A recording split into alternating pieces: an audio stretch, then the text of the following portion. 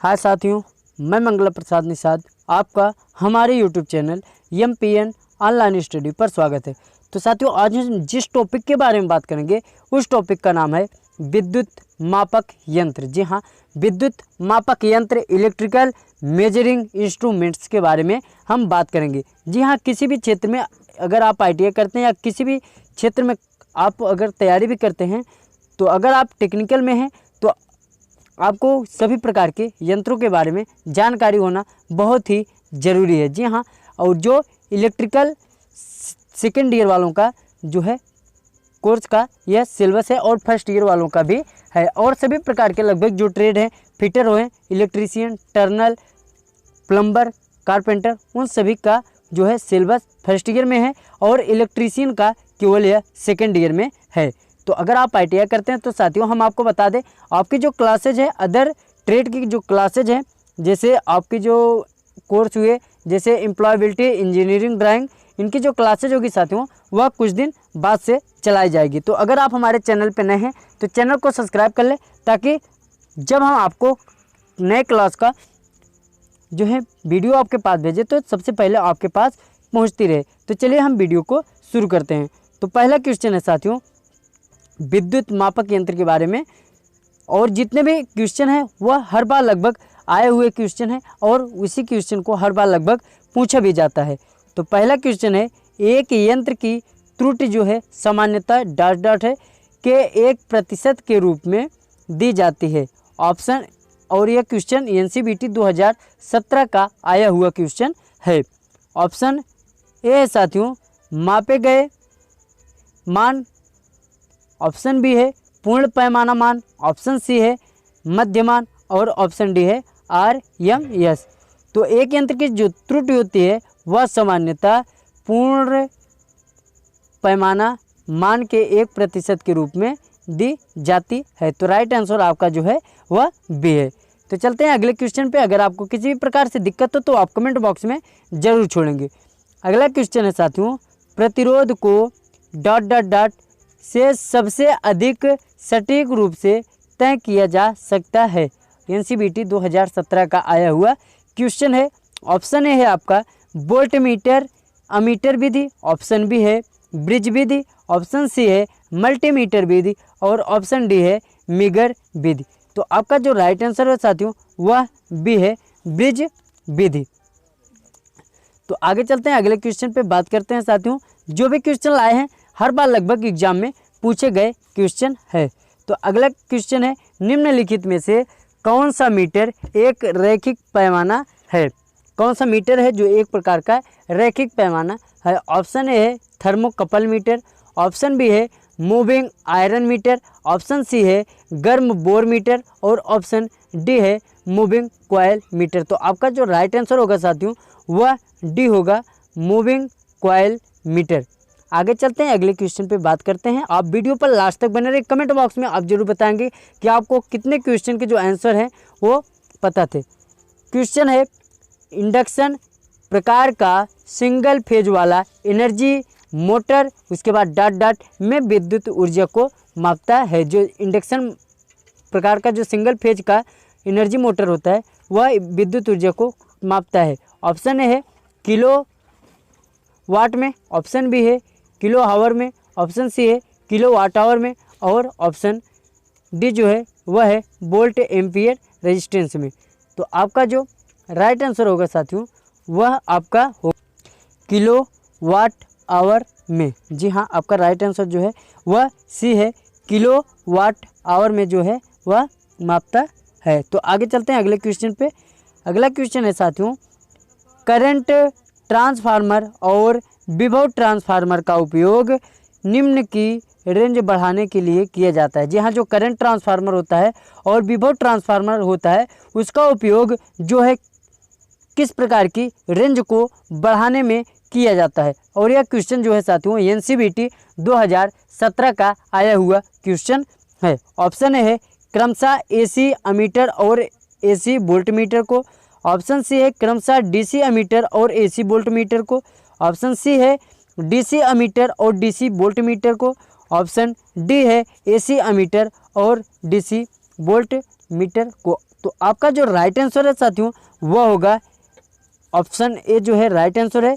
क्रमशः AC ammeter और AC volt meter को की रेंज जो है बढ़ाने के लिए करंट ट्रांसफार्मर और विभव ट्रांसफार्मर का जो है प्रयोग किया जाता है। और यह क्वेश्चन जो है बहुत ही मोस्ट इम्पॉर्टेंट है साथियों, आपके प्रैक्टिकल में, इंटरव्यू में और वाइवा में भी पूछा जा सकता है। तो अगला क्वेश्चन है, मल्टीमीटर द्वारा करंट, वोल्टेज या प्रतिरोध को मापने के लिए जो नियंत्रण स्विच सेट करते हैं वह है। आपका क्वेश्चन है जो है साथियों एनसीबीटी 2016 का आया हुआ है। ऑप्शन ए है रेंज स्विच, ऑप्शन बी है सिलेक्टर स्विच और ऑप्शन सी है पावर ऑन ऑफ स्विच और ऑप्शन डी है फंक्शन स्विच। जी हाँ, मल्टीमीटर द्वारा जो करंट, वोल्टेज या प्रतिरोध को मापने के लिए जो स्विच हम सेट करते हैं उसे हम किस नाम से जानते हैं साथियों? ऑप्शन आपका डी जो है राइट है, फंक्शन स्विच के नाम से जानते हैं। आगे चलते हैं, अगले क्वेश्चन पे बात करते हैं। मात्र 24 क्वेश्चन है साथियों, अगर आप इसको तैयार कर लेते हैं तो आप यकीन मानिए इंस्ट्रूमेंट से किसी भी प्रकार से आप कोई भी क्वेश्चन नहीं छोड़ेंगे। तो अगला क्वेश्चन है, एलसीडी और एलईडी दोनों के डिजिटल मल्टीमीटर डीएमएम प्रदर्शन में कितने खंड हैं? ऑप्शन ए है 9, ऑप्शन बी है 8, ऑप्शन सी है 7, ऑप्शन डी है 6। तो आपका जो राइट आंसर होगा साथियों वह होगा आपका 7। जी हाँ, 7 जो है 7 खंड होते हैं। आपका 7 जो है राइट आंसर है। आगे चलते हैं, अगले क्वेश्चन पे बात करते हैं। अगला क्वेश्चन है, निम्नलिखित में से कौन सा मीटर एकीकृत प्रकार के उपकरण के अंतर्गत आता है? जी हाँ, कौन सा मीटर है जो एकीकृत जो है प्रकार के उपकरण के अंतर्गत जो है आता है? ऑप्शन ए है आपका वोल्ट मीटर, ऑप्शन बी है ऊर्जा मीटर, ऑप्शन सी है अमीटर और ऑप्शन डी है वाट मीटर। तो आपका जो राइट आंसर है साथियों वह बी होगा ऊर्जा मीटर। जी हाँ, ऊर्जा मीटर जो होता है एकीकृत प्रकार के उपकरण के अंतर्गत आता है। और यह क्वेश्चन जो है साथियों आप देख रहे हैं एनसीबीटी 2015 में पूछा गया क्वेश्चन है। तो अगला क्वेश्चन है, किसी यंत्र की संवेदनशीलता की इकाई है? जी हाँ, किसी यंत्र की जो संवेदनशीलता की इकाई है वह क्या है? एनसीबीटी 2015 में आया हुआ क्वेश्चन है यह। ऑप्शन ए है ओम अपान वोल्ट, ऑप्शन बी है वोल्ट अपान ओम, ऑप्शन सी है वोल्ट एम्पियर और ऑप्शन डी है एम्पियर प्रति सेकंड। तो आपका राइट आंसर जो है वह ए है, ओम अपान वोल्ट जो है संवेदनशीलता की इकाई होती है। आगे चलते हैं, अगले क्वेश्चन पे बात करते हैं जो कि 10वां नंबर का क्वेश्चन है साथियों, महत्वपूर्ण क्वेश्चन है। प्रतिकर्षण प्रकार के एमआई उपकरण के विक्षेपण बल ... से समानुपाती होता है। ऑप्शन ए है करंट, ऑप्शन बी है वोल्टेज, ऑप्शन सी है स्क्वायर ऑफ करंट और ऑप्शन डी है मैग्नेटिक फील्ड। तो साथियों आपका जो राइट आंसर है वह आपका सी है स्क्वायर ऑफ करंट। और यह महत्वपूर्ण क्वेश्चन है। उसके बाद आगे चलते हैं साथियों, अगले क्वेश्चन पे बात करते हैं। अगला क्वेश्चन है, सॉलिड एंगल की इकाई है। जी हाँ, सॉलिड एंगल की इकाई कौन सी है? ऑप्शन ए है स्टेरेडियन, ऑप्शन बी है रेडियन, ऑप्शन सी है डिग्री और ऑप्शन डी है लक्स। तो आपका जो राइट आंसर है साथियों वह ए है स्टेरेडियन जो है सॉलिड एंगल की जो है इकाई होती है। तो आगे चलते हैं, अगले क्वेश्चन पे बात करते हैं। अगला क्वेश्चन है, विद्युत यंत्र बनाने के लिए कौन कौन से प्रभाव काम में लेते हैं? जी हाँ, विद्युत यंत्र को हम बनाने के लिए कौन कौन से प्रभाव को हम काम में लेते हैं? ऑप्शन ए है चुंबकीय प्रभाव, ऑप्शन बी है तापीय प्रभाव, ऑप्शन डी है इलेक्ट्रॉनिक प्रभाव और ऑप्शन डी है उपरोक्त सभी। तो आपका जो राइट आंसर होगा साथियों वह डी होगा उपरोक्त सभी। जी हाँ, इसमें से जितने प्रभाव हैं चुंबकीय प्रभाव, तापीय प्रभाव और इलेक्ट्रॉनिक प्रभाव, ये सभी प्रभाव जो है साथियों विद्युत यंत्र को बनाने के लिए प्रभाव के काम में आते हैं या हम इसको यूज में लेते हैं। आगे चलते हैं, अगले क्वेश्चन पे बात करते हैं। अगला क्वेश्चन है, सेकेंडरी विद्युत यंत्र होते हैं। जी हाँ, जो सेकेंडरी विद्युत यंत्र होते हैं वह होते हैं, ऑप्शन ए है डिफ्लेक्टिंग टार्क वाले, ऑप्शन बी है कंट्रोलिंग टार्क वाले, ऑप्शन सी है डैम्पिंग टार्क वाले और ऑप्शन डी है उपरोक्त सभी। जी हाँ, सेकेंडरी विद्युत यंत्र बनाने में हम जो है प्रयोग में इन तीनों पॉइंट को लेते हैं। तो आपका जो राइट आंसर होगा वह डी होगा, उपरोक्त सभी। तो आगे चलते हैं, आप कमेंट बॉक्स में बताएंगे, लास्ट तक वीडियो पर बने रहें। किसी भी प्रकार से दिक्कत हो तो कमेंट बॉक्स में बताएंगे। और हाँ, कमेंट बॉक्स में आप ये भी बताएंगे कि आपको कितने क्वेश्चन के आंसर जो हैं पता थे।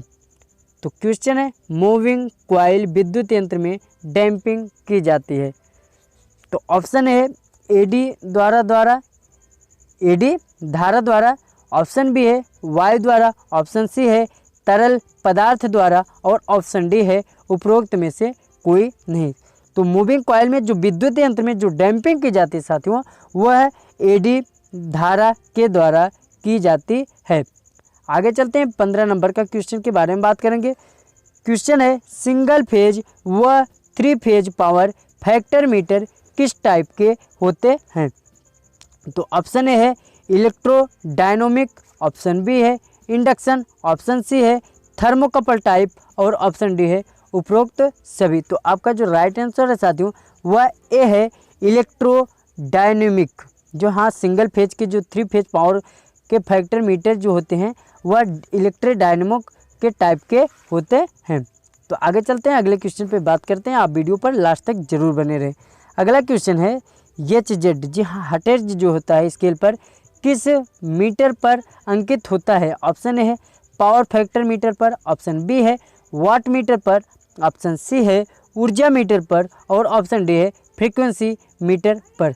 तो साथियों आपका जो राइट आंसर है वह डी होगा, फ्रीक्वेंसी मीटर पर। जी हाँ, फ्रीक्वेंसी मीटर पर जो है HZ जिसे हम हर्ट्ज के नाम से जानते हैं वह अंकित किया जाता है। तो आगे चलते हैं, अगले क्वेश्चन पे बात करते हैं। अगला क्वेश्चन है, कॉस फाई किस मीटर पर लिखा जाता है। जी हाँ, कॉस फाई जो है वह किस मीटर पर लिखा जाता है।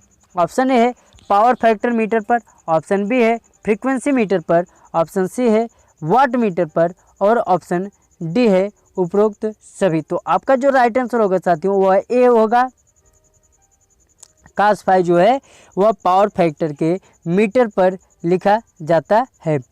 तो आगे चलते हैं, बात करते हैं 18 नंबर के क्वेश्चन के बारे में। क्वेश्चन है, अर्थ इलेक्ट्रोड का प्रतिरोध मापने के लिए प्रयोग में आता है। जी हाँ, अर्थ इलेक्ट्रोड का जो प्रतिरोध मापने के लिए हम प्रयोग में क्या लाते हैं। ऑप्शन ए है मैगर, बी है ओम मीटर, सी है पोस्ट ऑफिस बॉक्स और ऑप्शन डी है अर्थ टेस्टर।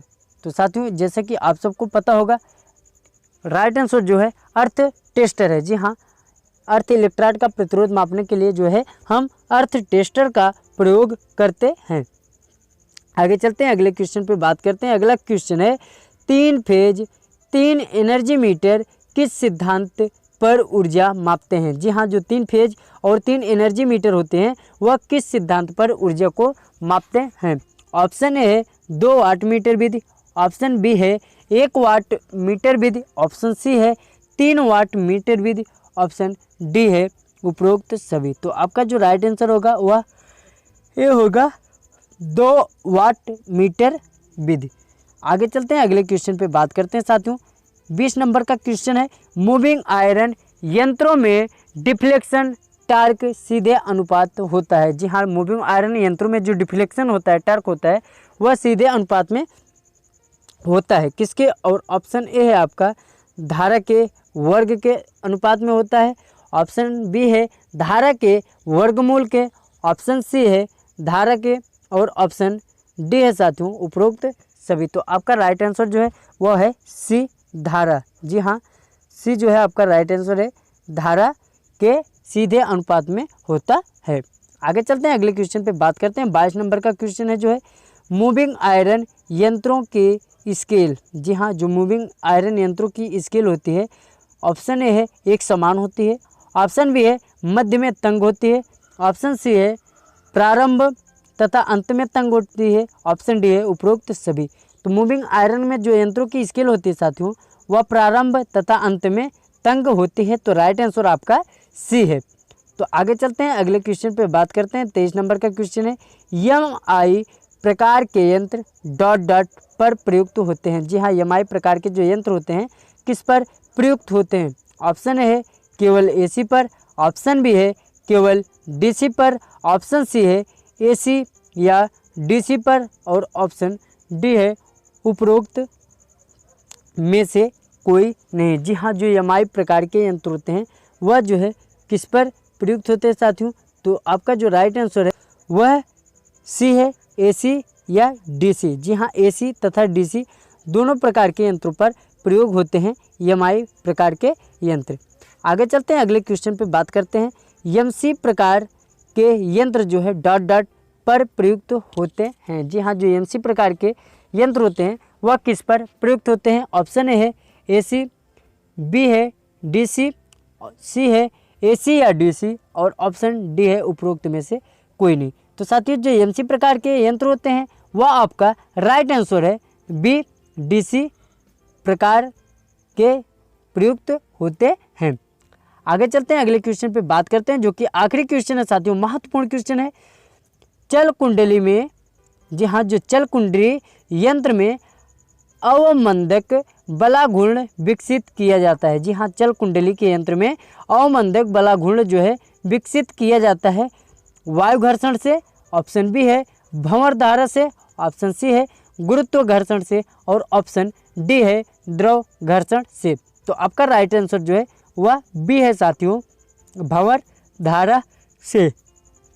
तो आपको हमारी वीडियो कैसी लगी आप कमेंट बॉक्स में बताएंगे।